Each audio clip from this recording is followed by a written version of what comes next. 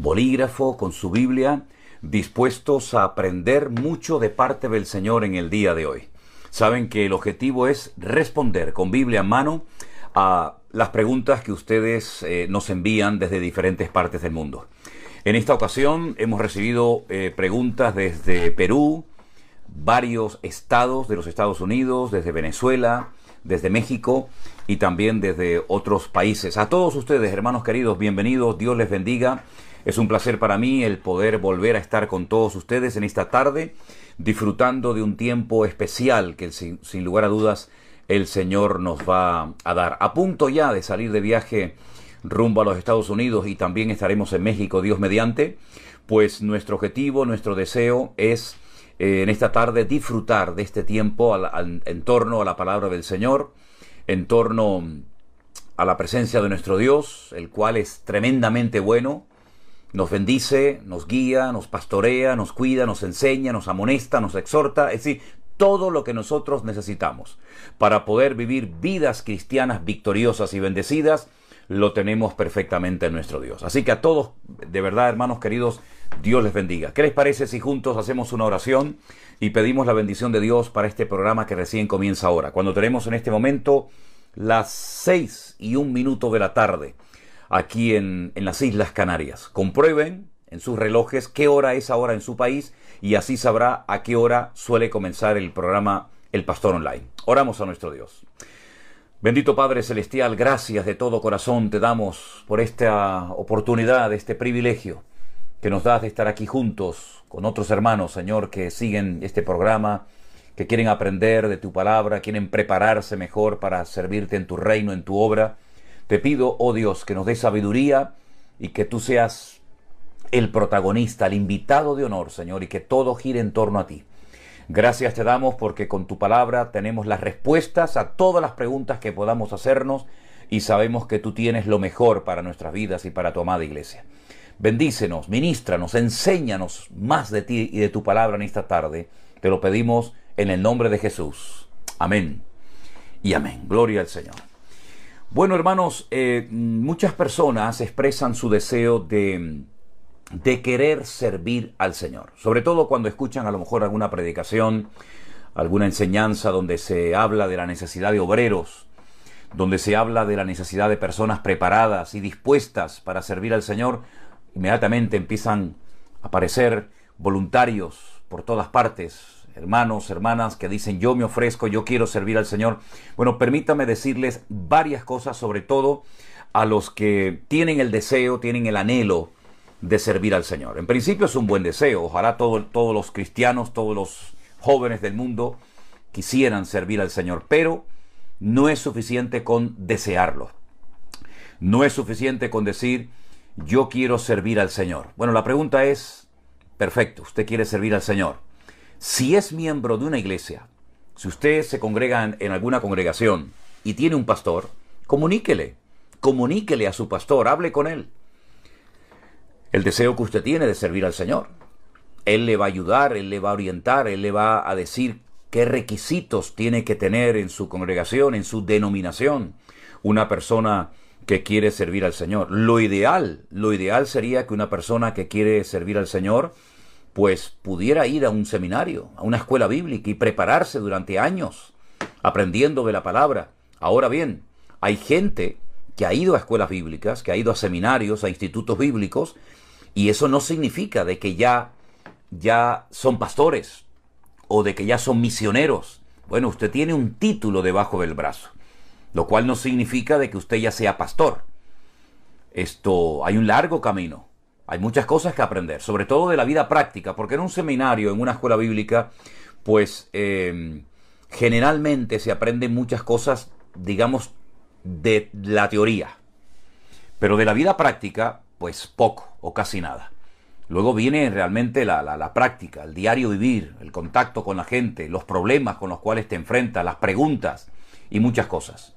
Entonces, mi consejo es que todos los que pertenezcan a una iglesia, que sean miembros de una iglesia, que tengan un pastor y tengan el deseo de servir al Señor, hablen con sus pastores, díganle, pastor, yo me quiero preparar, ¿qué tengo que hacer para servir al Señor?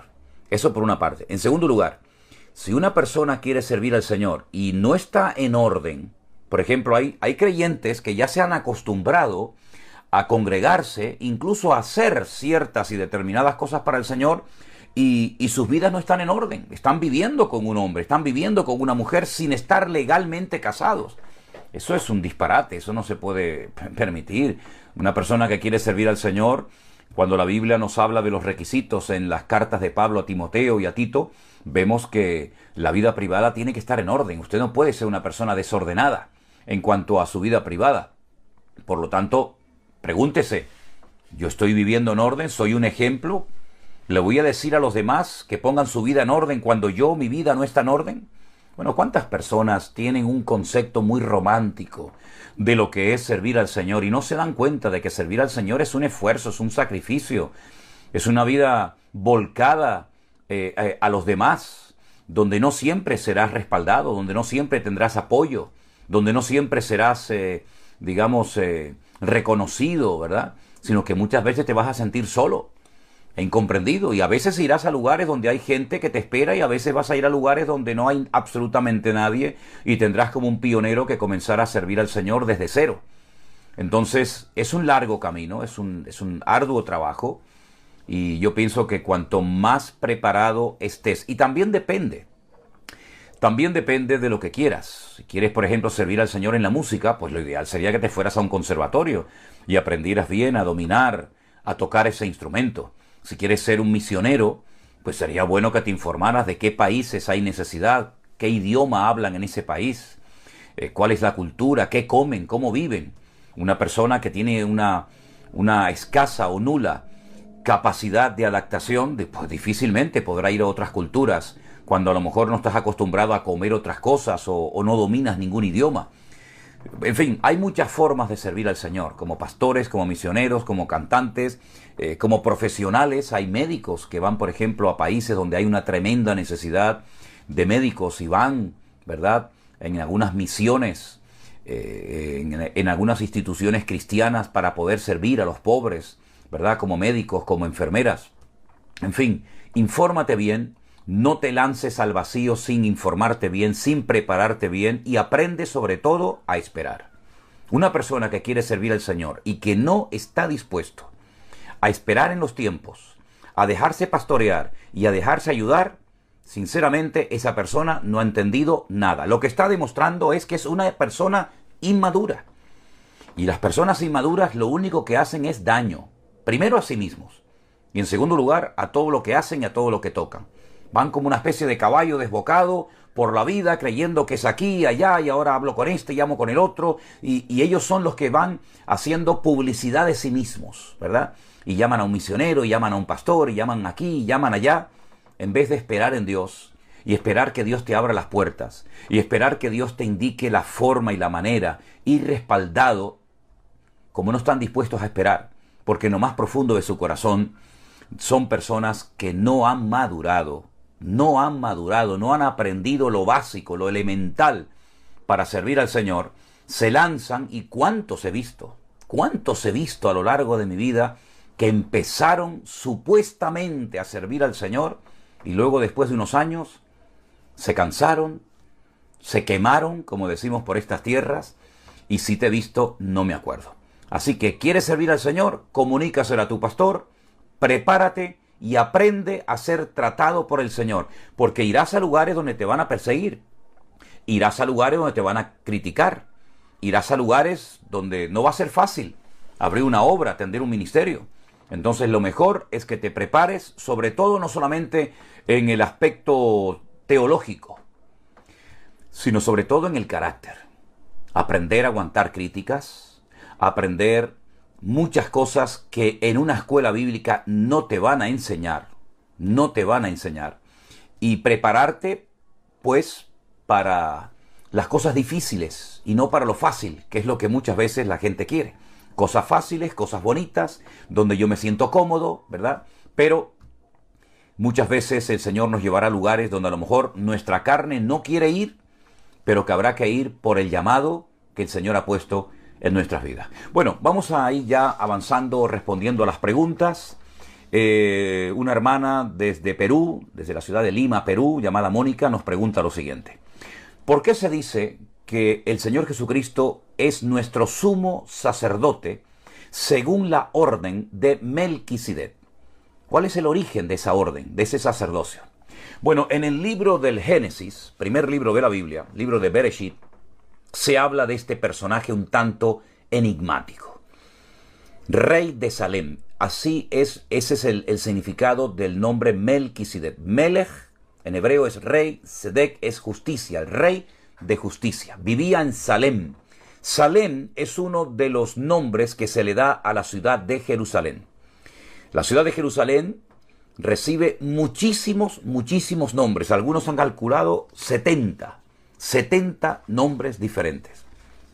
Incluso he visto a veces en Israel unos cuadros, unos póster que venden con los 70 nombres que recibe la ciudad de Jerusalén. Salem es uno de ellos, que viene de Shalom, ciudad de paz, o de paces, porque realmente está en plural. Pero bueno, lo que vamos.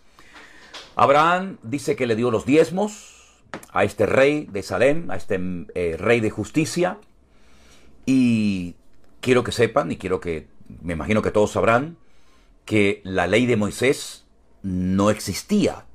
No existían los levitas, no existía el tabernáculo, lógicamente tampoco el templo.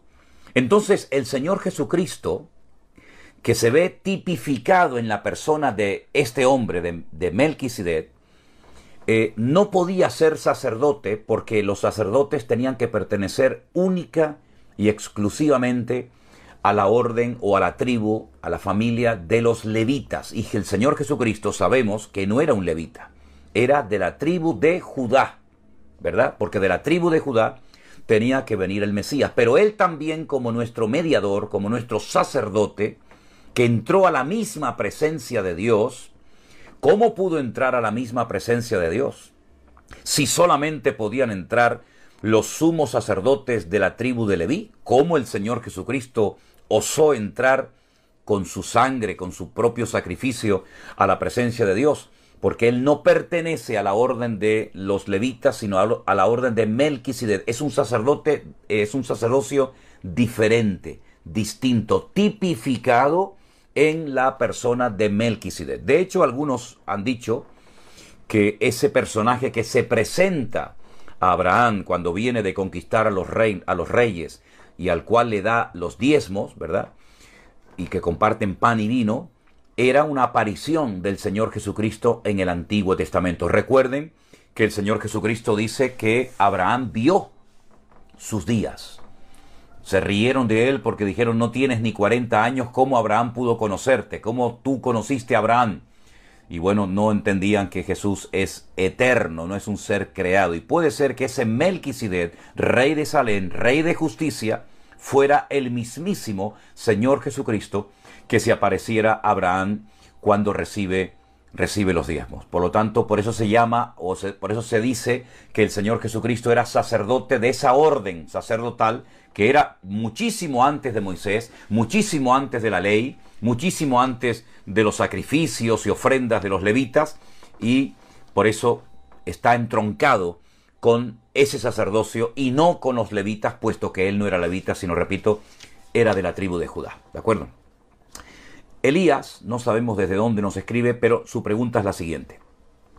En Gálatas capítulo 2, versículo 7, dice, con respecto al evangelio de los gentiles y el evangelio a los judíos, la pregunta que este hermano hace es, ¿los judíos mesiánicos que creen en Jesucristo, ellos mantienen sus tradiciones, sus costumbres y la ley conforme a todo lo que está escrito en el Antiguo Testamento, o ya como estamos en el Nuevo Pacto no es necesario todo eso? Muchas gracias, bendiciones y saludos. Vamos a ver. Un judío que ha aceptado, que ha reconocido al Señor Jesucristo como su Señor y Salvador personal, como el auténtico y verdadero Mesías, no deja de ser judío. Ha reconocido al Señor Jesucristo como el camino, como la verdad, como la vida, como el único mediador entre Dios y los hombres, pero, repito, sigue siendo judío. Y en Israel y ellos como judíos tienen sus costumbres, tienen sus fiestas, tienen sus tradiciones. Como en todos los países del mundo hay fiestas, hay celebraciones. Lo que ocurre es que ellos tienen una gran ventaja. Y es que, por ejemplo, la cultura de la inmensa mayoría de los países ha sido impregnada, ha sido envenenada por tradiciones paganas. Sin embargo, por ejemplo, ahora mismo aquí a mis espaldas tengo mi computadora, no sé si ustedes la pueden ver. Aquí tengo yo mi computadora encendida y tengo en este momento una retransmisión en directo desde el Cótel, desde el Muro de los Lamentos en la ciudad de Jerusalén. Para ellos es una costumbre muy bonita el ir al Muro de Jerusalén unas horas antes de que comience el día de reposo, el Shabbat, y allí reciben cantando y bailando el día de reposo. No hay nada malo en ello, ¿verdad? Otra cosa es que quieran guardar todos los preceptos y mandamientos de la ley de Moisés, cosa que no se puede, porque para cumplir la ley de Moisés uno tiene que ser perfecto, porque la ley de Dios es perfecta, ¿verdad? Y aparte tendría que haber un templo, y nosotros ya no estamos en esa obligación de cumplir con los mandamientos de la ley, porque el Señor Jesucristo dijo que la ley se resume en 2 mandamientos. Amarás al Señor tu Dios con todo tu corazón, con toda tu alma y con toda tu fuerza, y a tu prójimo como a ti mismo. Cumpliendo con estos 2 mandamientos, cumplimos con toda la ley y con todos los profetas. Por lo tanto, Él resume en 2 mandamientos todos los 613 mandamientos de la Torá. Pero, repito, el pueblo de Israel tiene sus costumbres, tiene sus fiestas. Hace unos días celebraron el Día de la Independencia, hace unos días celebraron el Día de los Caídos, de los soldados caídos, que han sido ya, creo que como unos 27.000 que han perdido la vida en estas últimas guerras que han tenido. No están obligados ni ellos ni nadie a cumplir con la ley, sino a cumplir con el Evangelio que enseñó el Señor Jesucristo, pero es un pueblo que tiene fiestas, tiene costumbres y tiene tradiciones muy bonitas, que tienen un arraigo y un contexto bíblico, fiestas que no existen en ninguna otra parte del mundo. Ahora bien, cuando hablamos de judíos mesiánicos, nos podemos encontrar muchas cosas. Hay judíos mesiánicos que quieren también cumplir la ley y también vivir en el Evangelio. Hay judíos mesiánicos que son 100% cristocéntricos. Es decir, he conocido muchos tipos de judíos mesiánicos. Gracias al Señor, cada vez hay más judíos mesiánicos que entienden que no hay que cumplir, no hay que afanarse por cumplir la ley para ser salvos, sino que lo que hay que hacer es lo que dijo el Señor Jesucristo. Pero, repito, hay muchos estilos, hay muchas formas diferentes, y eso pasa también dentro del mundo cristiano evangélico. Hay muchos estilos, muchas formas diferentes de adorar, pero ellos lo que sí tienen son algunas costumbres, algunas tradiciones, que no son antibíblicas y que las guardan. Por ejemplo, cuando llega el día de la Pascua, celebran la Pascua, sabiendo que Cristo es nuestra Pascua. Cuando llega la fiesta de los tabernáculos, pues la celebran, y otras muchas celebraciones a lo largo del año, ¿sí? Hay un joven de 17 años llamado Alonso que envía la siguiente pregunta, y es muy interesante, y dice así: veo vídeos y hay hermanos que han sacado datos de años y de días, supuestamente de la Biblia, hacen una serie de sumas y dan como resultado un tiempo, y dicen incluso cuándo se va a producir el arrebatamiento de la iglesia. He visto también algunos que suman los dígitos del año 2022 y da como resultado 666. En fin, se puede saber cuándo va a ser el arrebatamiento de la iglesia y la segunda venida de Cristo. Se pueden dar fechas. En la Biblia dice que nadie sabe el día ni la hora, pero ellos dicen que Dios le ha dado datos para saber cuándo viene el Señor Jesucristo. Podemos saber el año, podemos saber cuánto tiempo falta. Yo sé en quién he creído, y además hace 3 días que me he bautizado. Gloria a Dios. Pues me alegro mucho, Alonso, que con tus 17 añitos nos hagas esta pregunta. Para mí es un peligro, venga de donde venga, lo diga quien lo diga y lo enseñe quien lo enseñe. Para mí es un peligro que alguien se atreva a través de las redes sociales a publicar el año del arrebatamiento de la iglesia, el año en el que empieza la gran tribulación, el año en el que va a aparecer el famoso anticristo, el año en el que viene el Señor, etcétera, etcétera. Eso es una auténtica temeridad y un peligro, porque lamentablemente cuando una persona tiene muchos seguidores, tiene que ser muy responsable, muy prudente, muy cauteloso y no estar inventando cosas que no dice la Biblia. Lamentablemente hay personas que se han atrevido a lo largo de la historia y recientemente también algunas personas se han atrevido a especular dando fechas de el inminente retorno de nuestro Señor Jesucristo. Y yo creo que tú, a pesar de tus 17 años y eres muy joven, has dicho algo muy, muy bueno. Y son las palabras de nuestro Señor Jesucristo. El día y la hora nadie sabe. Después hay que recoger velas, hay que salir a la palestra, pedir perdón. Lo siento, no sé lo que me pasó, yo no lo hice con mala intención, pero ya lo dijiste, ya lo hiciste. Por lo tanto, nosotros no podemos decir, bueno, ni nosotros ni nadie puede decir cuándo va a comenzar la gran tribulación, en qué año viene el Señor Jesucristo, en qué año va a aparecer el anticristo, en qué año se va a producir el arrebatamiento de la iglesia. ¿Y por qué no lo podemos decir? ¿Por qué no lo hemos estudiado? ¿Por qué no nos interesa el tema? No.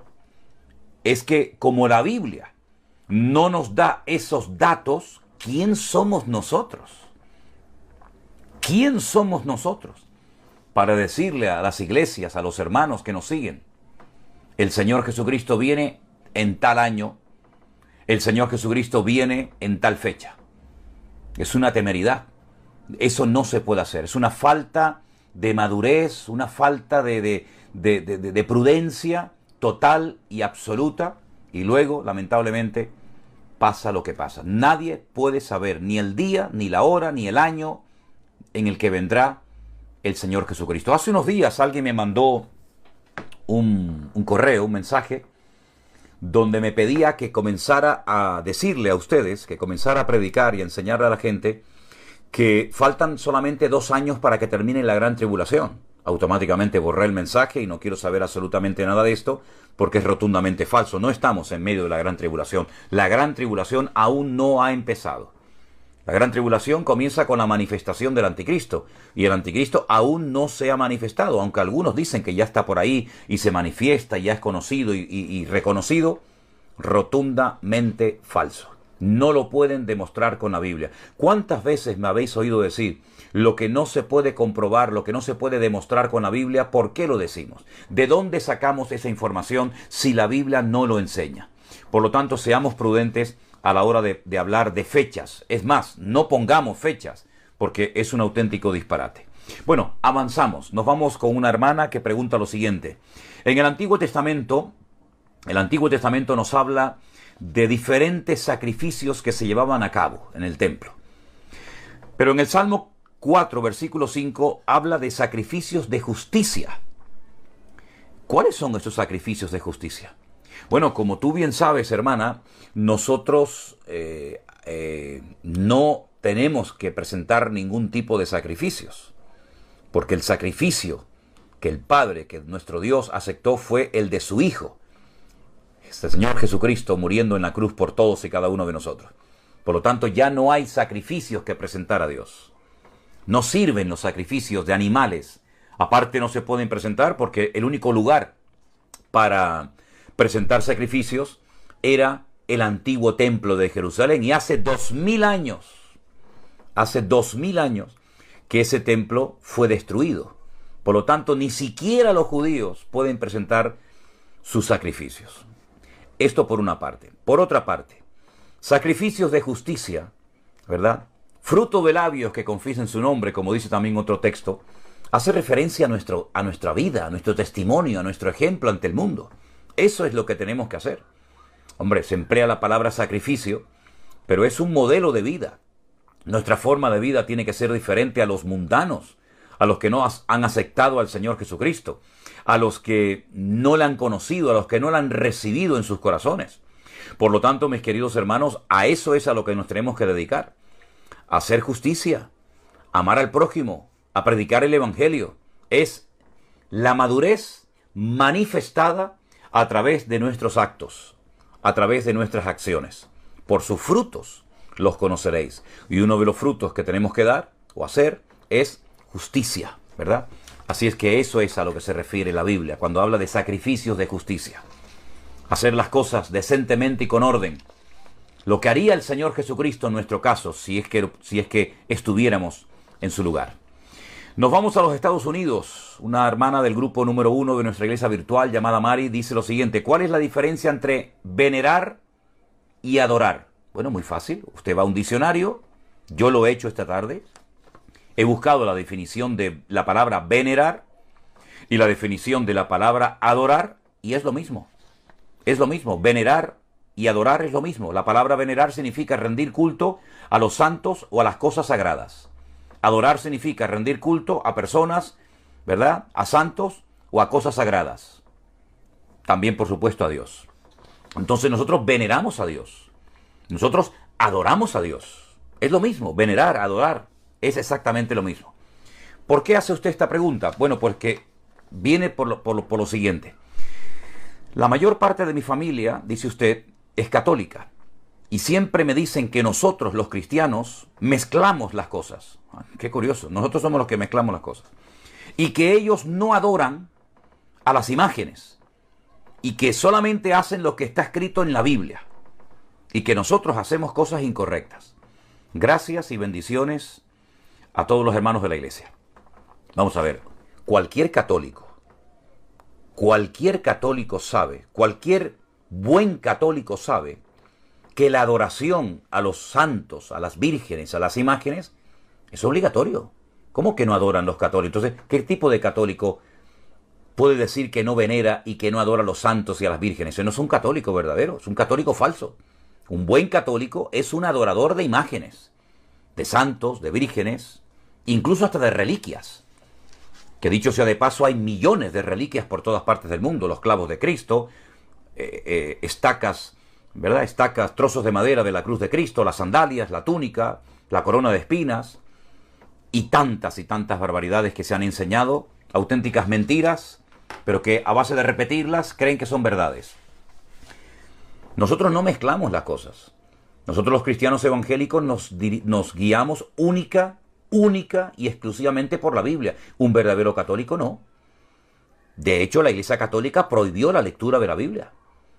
De hecho, la Iglesia Católica en este país, en España, prohibió la lectura de las Sagradas Escrituras. No se podía leer la Biblia, bajo pena de muerte. Y de hecho en España y en otras partes del mundo se quemó y se torturó a la gente hasta la muerte por no ser católicos adoradores de imágenes. Entonces no me vengan a mí ahora con el cuento de decir que no adoran, veneran, pero sí es que es lo mismo. Nosotros hablamos castellano y en el diccionario de la Real Academia Española, venerar y adorar es lo mismo, son palabras sinónimas. Y un buen católico, repito, un buen católico, no estos que se llaman católicos y después hacen lo que les da la gana. Un buen católico adora a las imágenes. Y un buen católico le debe pleitesía al Papa. Y un buen católico, aparte de leer la Biblia, si es que la lee, y espero que sí, pues tiene que respetar tradiciones, muchas de ellas totalmente antibíblicas, que no tienen ningún fundamento bíblico. Entonces, para ser un buen cristiano, lo que hay es que hacer caso a Dios. Al Señor, tu Dios, adorarás y a Él solo servirás. Esas palabras las pronunció nuestro Señor Jesucristo, que las sacó del Antiguo Testamento, concretamente del libro de Deuteronomio, quinto libro de la Biblia, ¿verdad? Y se las dijo al diablo en el desierto. Y es un texto bíblico, es un mandamiento, adorar solamente a Dios. Y Éxodo capítulo 20, miren, yo tengo aquí una Biblia, detrás de mí pueden comprobar que tengo muchísimas Biblias, y en todas las Biblias del mundo, la que tiene el señor Francisco allí en el Vaticano, la que tiene usted en su casa, la que tengo yo ahora mismo en mi mano, todas las Biblias del mundo dicen lo siguiente en Éxodo capítulo 20, los 10 mandamientos. Habló el Señor estas palabras diciendo: yo soy el Señor tu Dios, que te saqué de la tierra de Egipto y de la casa de servidumbre. No tendrás dioses ajenos delante de mí. No te harás imagen, ni ninguna semejanza de lo que está arriba en el cielo, ni abajo en la tierra, ni en las aguas debajo de la tierra. No te inclinarás a ellas, ni las honrarás, porque yo soy el Señor tu Dios, fuerte, celoso, que visito la maldad de los padres sobre los hijos, hasta la tercera y cuarta generación, y hago misericordia a millares y a los que me aman y guardan mis mandamientos. ¿Quiénes adoran imágenes? ¿Los cristianos evangélicos? No. Las iglesias evangélicas no son perfectas. Hay barbaridades que se han hecho y se están haciendo en muchos sectores cristianos evangélicos. Pero los cristianos evangélicos no adoran imágenes. Hacen otras cosas que también están mal y son pecado. Pero un verdadero católico es una persona que tiene que adorar imágenes. Sí o sí tiene que adorar imágenes y venerar a María y considerarla la reina del cielo, coheredera, corredentora con Cristo. Entonces no me vengan a mí a hablar de la Iglesia Católica, porque yo estudié toda mi vida en colegios de curas. En Venezuela, en los maristas, y en España, en los salesianos. Y conozco el catecismo, y conozco la liturgia, y conozco la Iglesia Católica, porque aparte fui monaguillo, malo, pero fui monaguillo. Y conozco perfectamente los sacramentos, y conozco perfectamente los rezos, y he dirigido el rosario, y sé perfectamente que a las imágenes se les adora, y se les pide. Y si no, vengan ustedes a España. Estas personas que le dicen a usted, hermana Mari, en Estados Unidos, o donde usted viva, estas personas que le dicen a usted que los católicos no adoran a las imágenes, que vengan a España. Miren, ahora en Semana Santa, sacándolos de las iglesias, venerándolos, adorándolos, postrándose ante ellos, pidiéndoles favores, etcétera, etcétera. Entonces, seamos serios. Si vamos a hablar, hablemos con coherencia, reconozcamos cada uno nuestros errores, nuestros pecados, ¿verdad? Y no digan estas personas, familias de usted, que nosotros mezclamos las cosas, que ellos no adoran a las imágenes, porque esto es rotundamente falso. Un buen católico, se destaca por ser un adorador de imágenes, que pueden ser cualquier cantidad. Y dígame usted, en qué país de religión católica no hay imágenes que se veneran. No hay vírgenes y santos en Guatemala, en Nicaragua, en México, en Venezuela, en Argentina, en Colombia, en Chile, en Perú, en España, en Italia. Vamos a ser serios, por favor. Otra pregunta que nos hace una persona es la siguiente. Esta pregunta viene desde los Estados Unidos. Tenemos un nuevo pastor en nuestra congregación y cada vez que predica, al leer la palabra del Señor, nos dice que nos quedemos sentados, que no hace falta que nos levantemos para escuchar la palabra, que estamos bien sentados. Bueno, no hay ningún problema, se puede leer la Biblia sentados, de pie, ahí yo no veo ningún problema.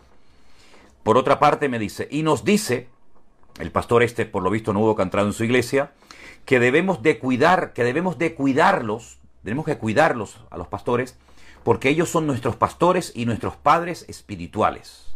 ¿Usted ha hecho algún estudio acerca de esto? Bueno, yo lo que he hecho es leer la Biblia. Y según la Biblia, a los pastores hay que respetarlos, amarlos, obedecerlos y apoyarlos. Venerarlos y adorarlos nunca. Pero amarlos, respetarlos, apoyarlos, orar por ellos y obedecerlos siempre y cuando se ciñan a la palabra de Dios, por supuestísimo. Así es que si su pastor les está enseñando, su nuevo pastor a ustedes, les está enseñando que a los pastores hay que respetarlos y amarlos y apoyarlos, ¿qué quiere que le diga? Estoy totalmente de acuerdo con lo que dice su pastor. Ahora usted sabrá si lo que enseña o no enseña o lo deja de enseñar está en la Biblia o no, ¿verdad? Pero la Biblia nos habla acerca de que hay que respetar a los pastores. Mire, le voy a leer un versículo a usted y a todos los que me están escuchando ahora. Está en el libro de Hebreos, la carta a los Hebreos, donde precisamente estamos en estos días, ¿verdad? En los devocionales por la mañana reflexionando. Coja su Biblia un momentito, le voy a dar tiempo.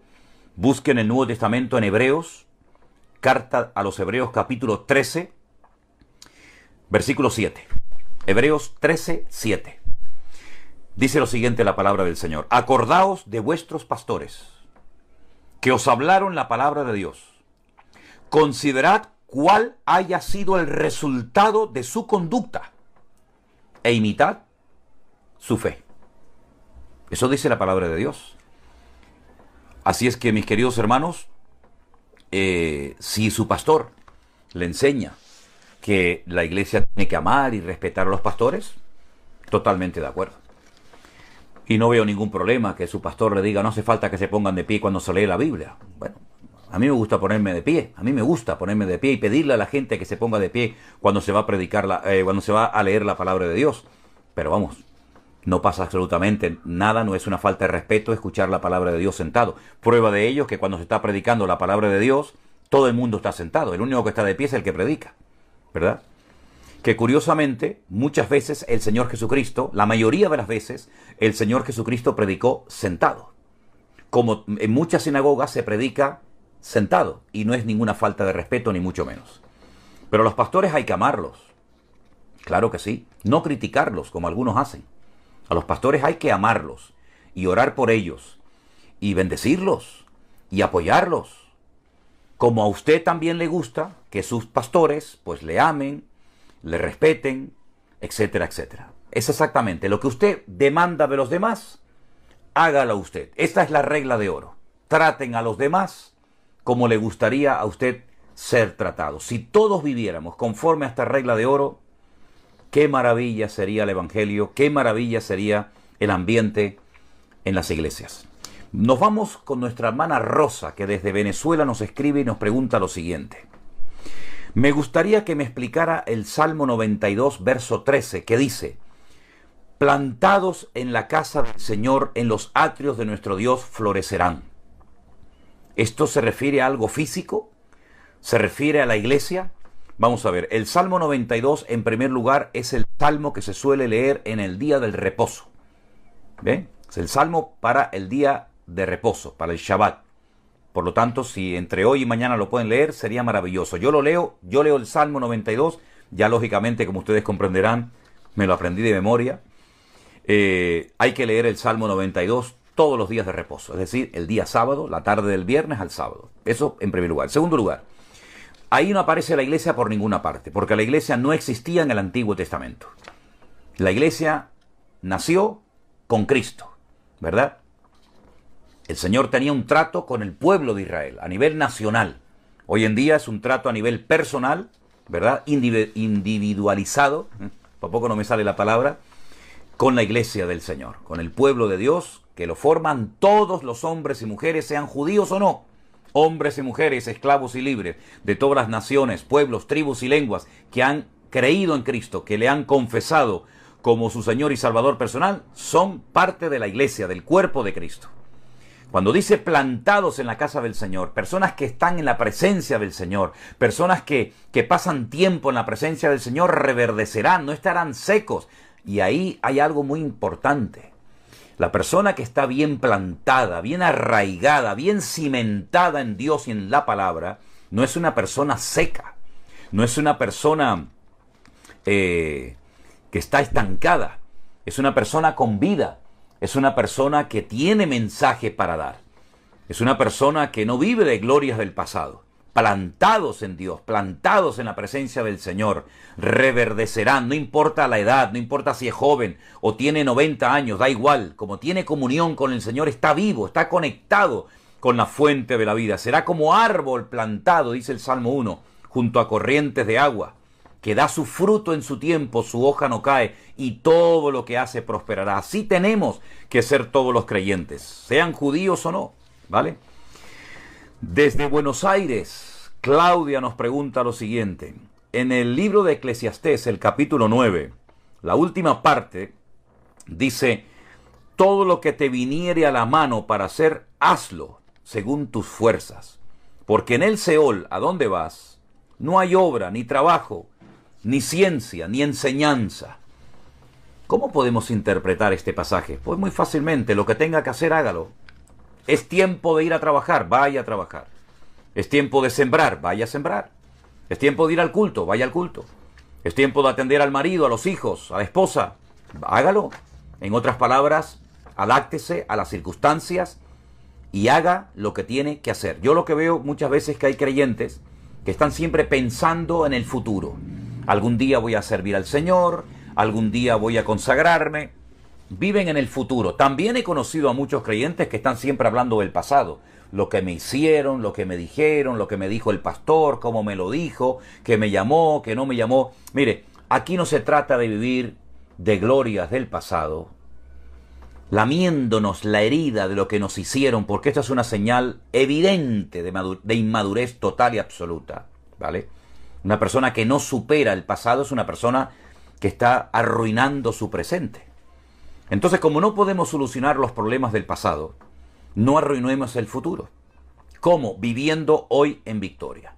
Lo que me hicieron o no me hicieron, lo que me dijeron o me dejaron de decir, forma parte del pasado. Las cosas viejas pasaron y aquí todo es hecho nuevo. No busquemos aliados que nos digan, pobrecita, no me digas, eso te dijeron, eso te hicieron. No vayas así por la vida, porque los que actúan así, lo que están demostrando que son como los niños, que cuando lloran, ¿verdad?, porque algo les pasó, siempre van corriendo al regazo de papá o de mamá.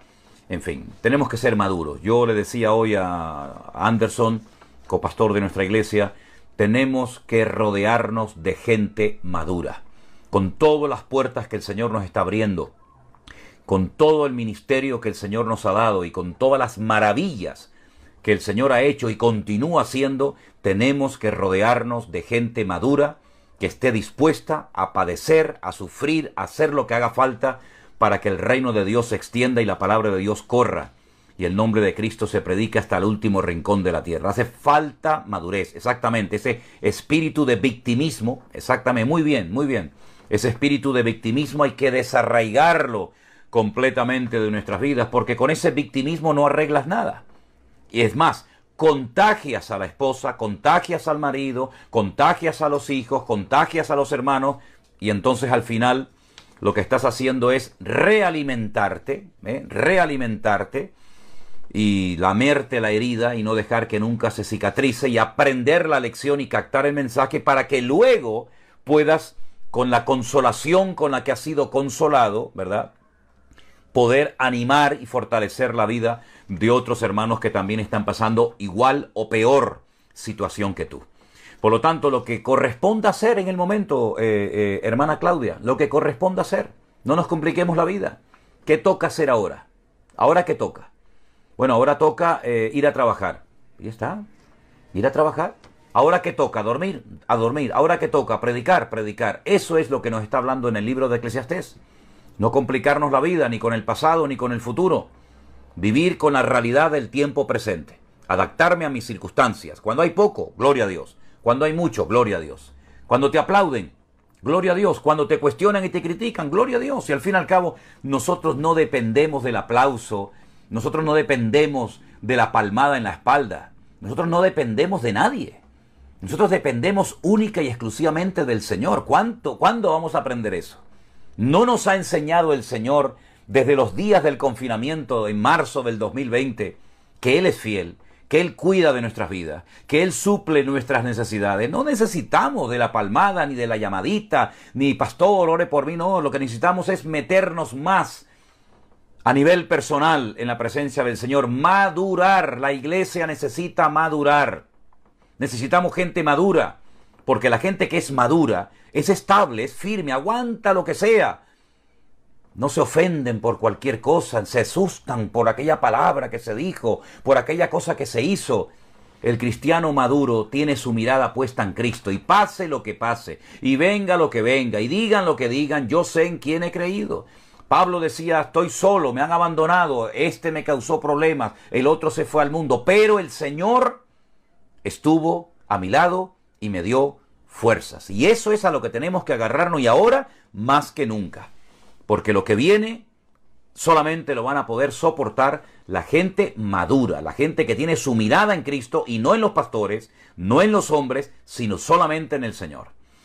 Erika desde México dice lo siguiente: ¿qué significado tienen en la Biblia los dientes? Bueno, usted me da una lista enorme de versículos del libro de Daniel, del libro de Job, del libro de Salmos, de Proverbios, del libro del Cantar de los Cantares, del libro de Deuteronomio, del libro del Apocalipsis. Bueno, vamos a ver, yo siempre he dicho que lo que hay que leer es el contexto, ¿verdad? A veces cuando dicen, no, y el malo cruje sus dientes contra el justo. Bueno, pues ahí está hablando de ira, de rabia, de enojo, de envidia, de celos, del impío contra nosotros.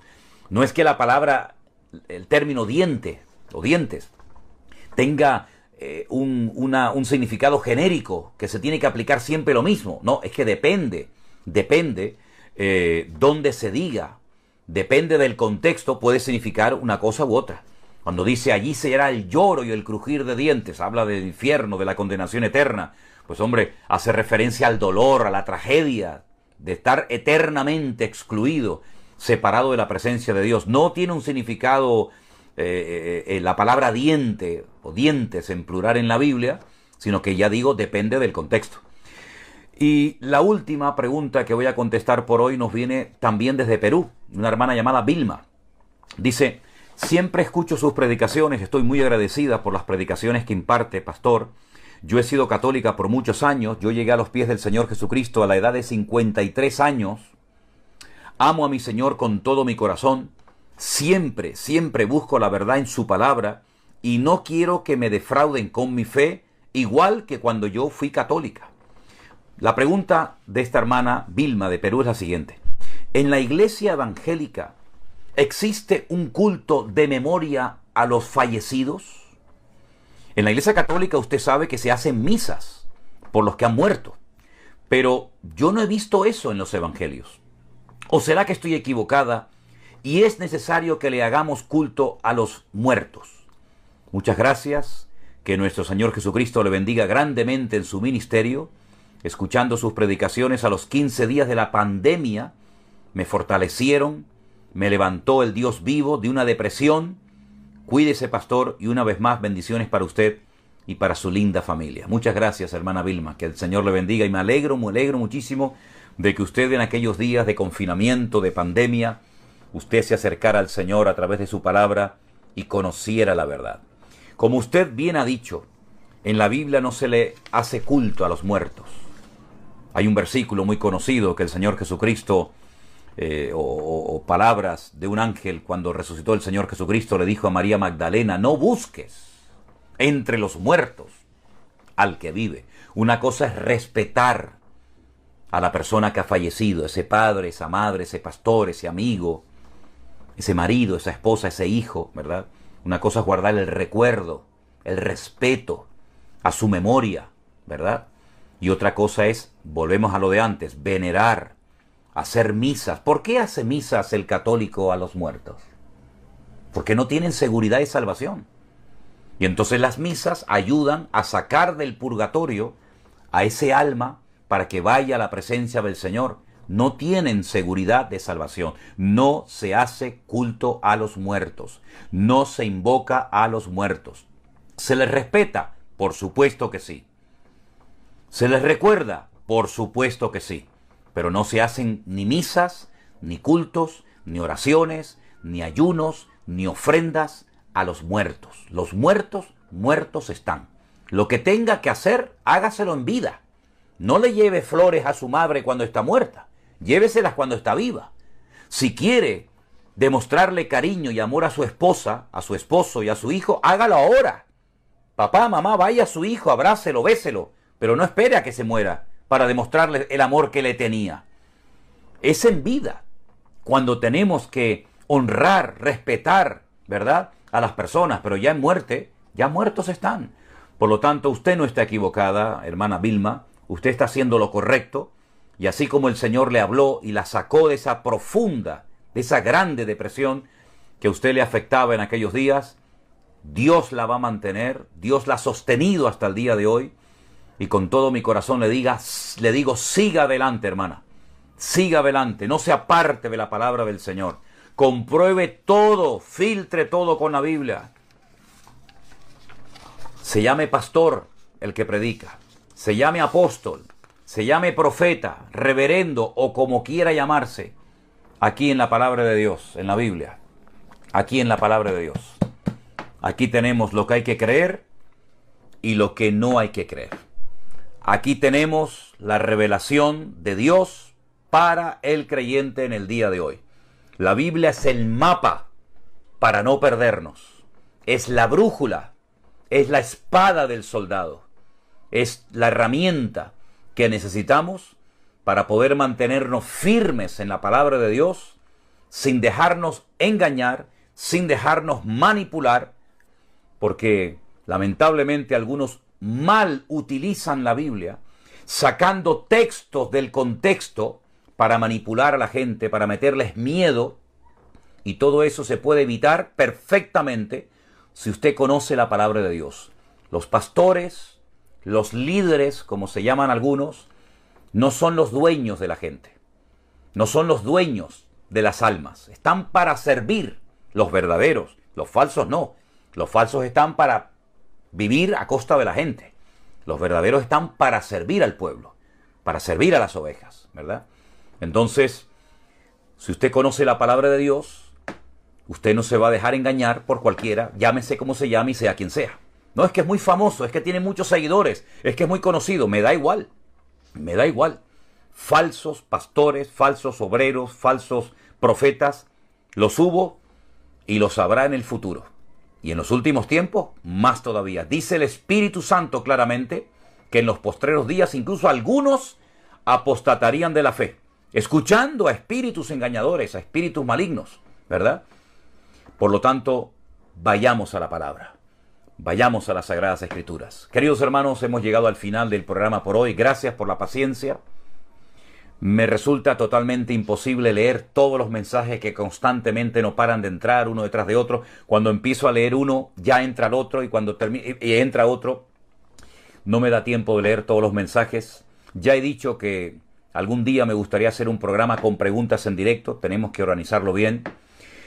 El próximo Pastor Online, si Dios lo permite, vamos a ver cómo lo puedo hacer. Estaremos en los Estados Unidos. Marchamos el día domingo. Este domingo nos vamos para Estados Unidos. Estaremos en la iglesia del Pastor Norris, en New Jersey, la iglesia Campamento de Jehová. Le mando un saludo al Pastor Norris si me está escuchando, o algún miembro de su iglesia, un hermano extraordinario, un hombre de Dios tremendo.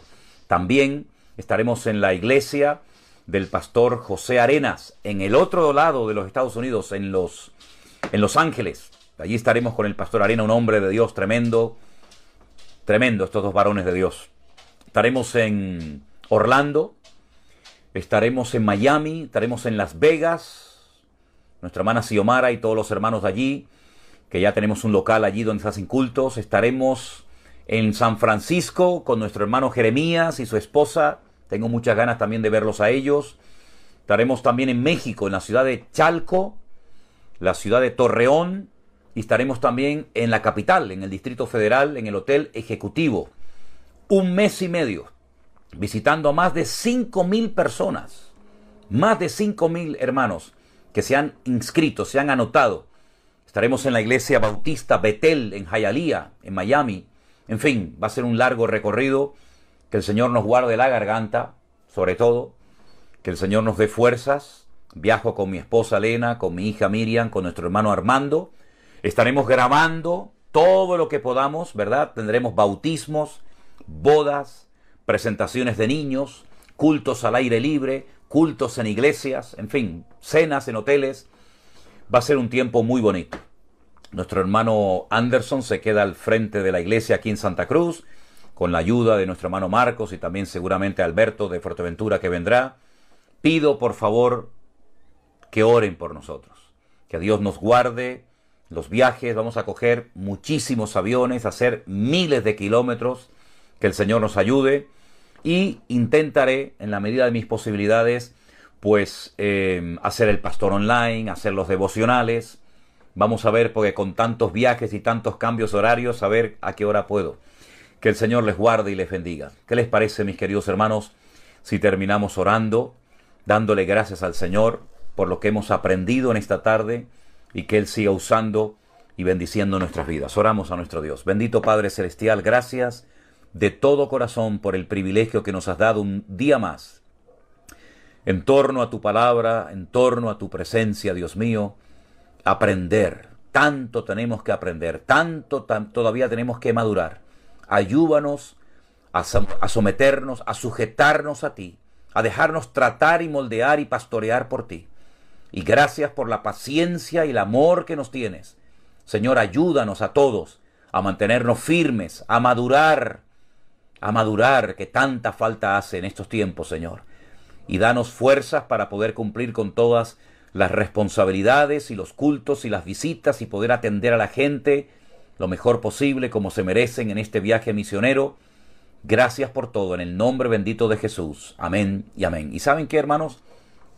Empezamos el viaje misionero el mismo día que empezamos el año pasado nuestro viaje misionero. El día 8-9 de mayo empezamos